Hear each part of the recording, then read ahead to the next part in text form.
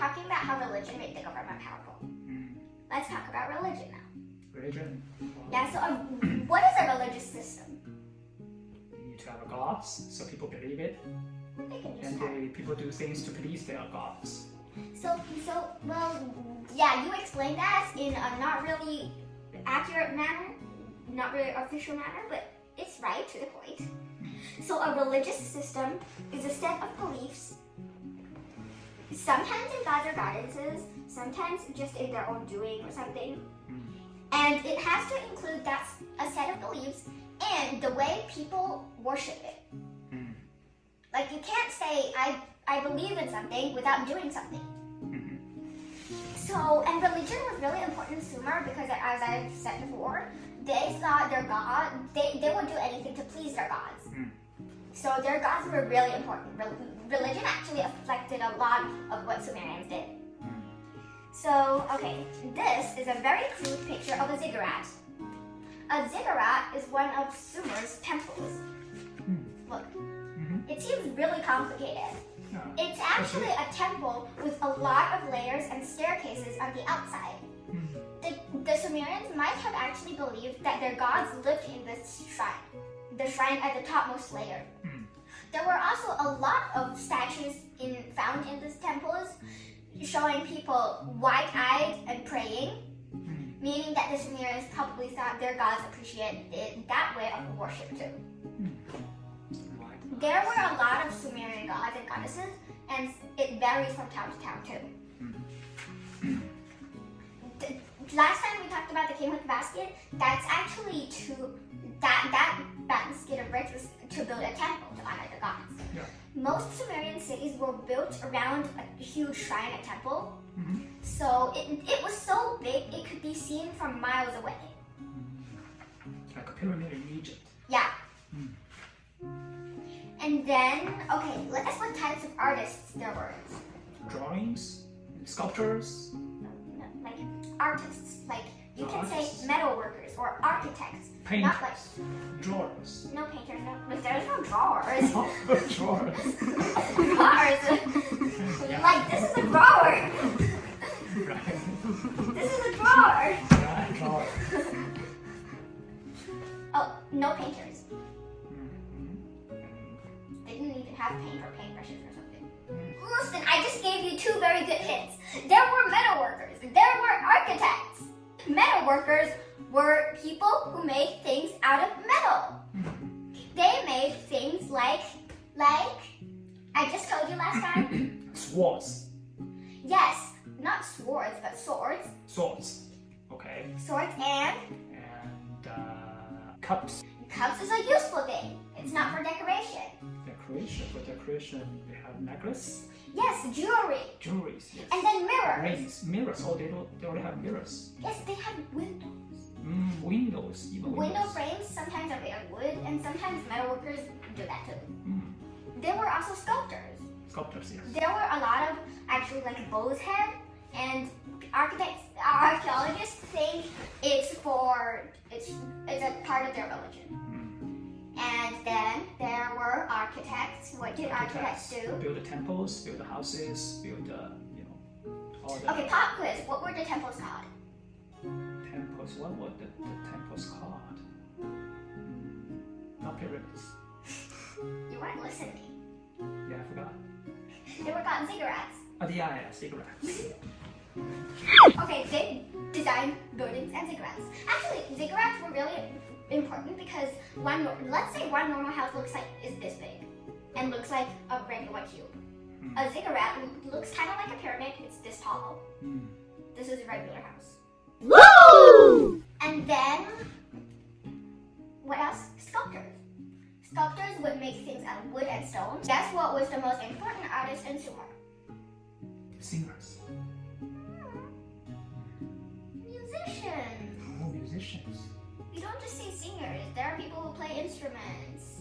Oh. What kind of instruments do they play? They had the flute Flute. and the lyre. The Sumerians actually invented the lyre too. And so musicians were the most important role because this part of the Sumerian religion was that gods and people enjoy music alike. Oh. So they would play music to entertain guests as part of religious ceremonies or just for lives. There were lyres and flutes found in Sumer.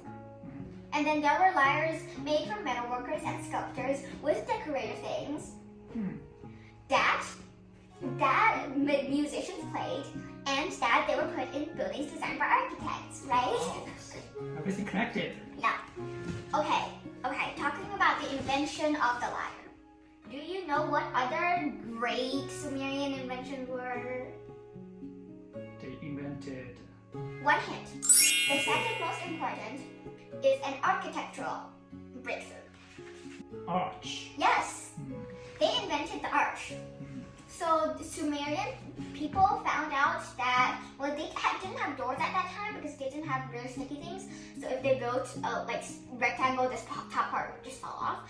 So they stacked bricks on top of one another until they met, which is how the arch became. Wow, they invented arch. Yeah. Nice.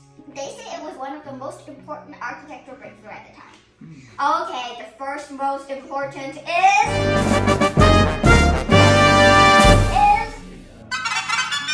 wheels. Exactly. What kind of wheels were invented first? Big wheels too, Very small wheels. Like what kind of wheels? Wheels for what purpose? At first, the archaeologists say that the wheel was probably invented like this. Potters had to make clay pots that were really round, right? And then they found out that by doing this to a round piece of wood on an axle, it would make the pottery finer and more round. Right. So they invented the potter's wheel first. Oh, so And then later they found out that when you roll a potter's wheel with an axle, usually 2 wheels and then 1 axle in the middle, and put something on top of it, it helped make things go easier. Right. So before the wheel, everybody had to carry it or drag it or something, or maybe throw it down a hill and then get it at the bottom of the hill without breaking it. So now with the wheel, they would do it really easily. Yeah, that makes sense. That's why the Sumerians were one of the first people to invent chariots, pulled by oxen. Most important part of the characteristics of civilization is written language. Written language, yeah. So that's what we were talking about. Guess what type of written language the Sumerians had? 象形文字. Pictographs. Yeah, pictographs. Is not the answer. Then what? But it's kind of similar. Something I learned when I was in middle school. Of course you don't remember. Then what is? What is it? Okay, pictographs. Let's talk about pictographs. The wrong answer. Pictographs are symbols that mean something. For example, you draw a flower. It means a flower. You draw some hills. It means some hills. You draw like droplets of water or waves. It means a river. Like that. Really simple, easy, right? Yeah. But it's like kind of hard to do because every single one is a tiny drawing and there were no words. And so the Sumerians evolved it into... Alphabets? No. How do you get flower to alphabet anyway? What else? To a kind of language called cuneiform. What is it? Actually, we talked about cuneiform. Cuneiform? Cuneiform. Cuneiform. Cuneiform. Cuneiform. We talked about it when we were talking about the clay tablet, when we were talking about the stable food supply. So the cuneiform is a written language that was developed from pictographs. For example, pictograph, you might have one stem and then one flower, and then cuneiform, you will have a similar thing, but it's more geometric shapes. And then after a long time later, it actually evolved into letters, characters, like our Chinese characters. But they used every single line in their character was made out of wedge-shaped lines. They had a wedge-shaped pen called a stylus. Stylus. To record their things. A wedge, it looks something like a nail, like a sharp end and then like a triangle at the end. So cuneiform is basically characters that mean something. And actually, it looks quite like the pictographs because its ancestor is the pictograph. It's standardized or simplified. Yeah, yeah, and that's why cuneiform is a better language than pictographs because it's organized and standardized and simplified written language. Okay. Okay, review time. What are the characteristics of a civilization? Stable food supply, government, religion, and writing languages. Written languages, arts, technology, and also law and order. Or social structure. Yeah, social structure. Did the Sumerians have all of these? Yes.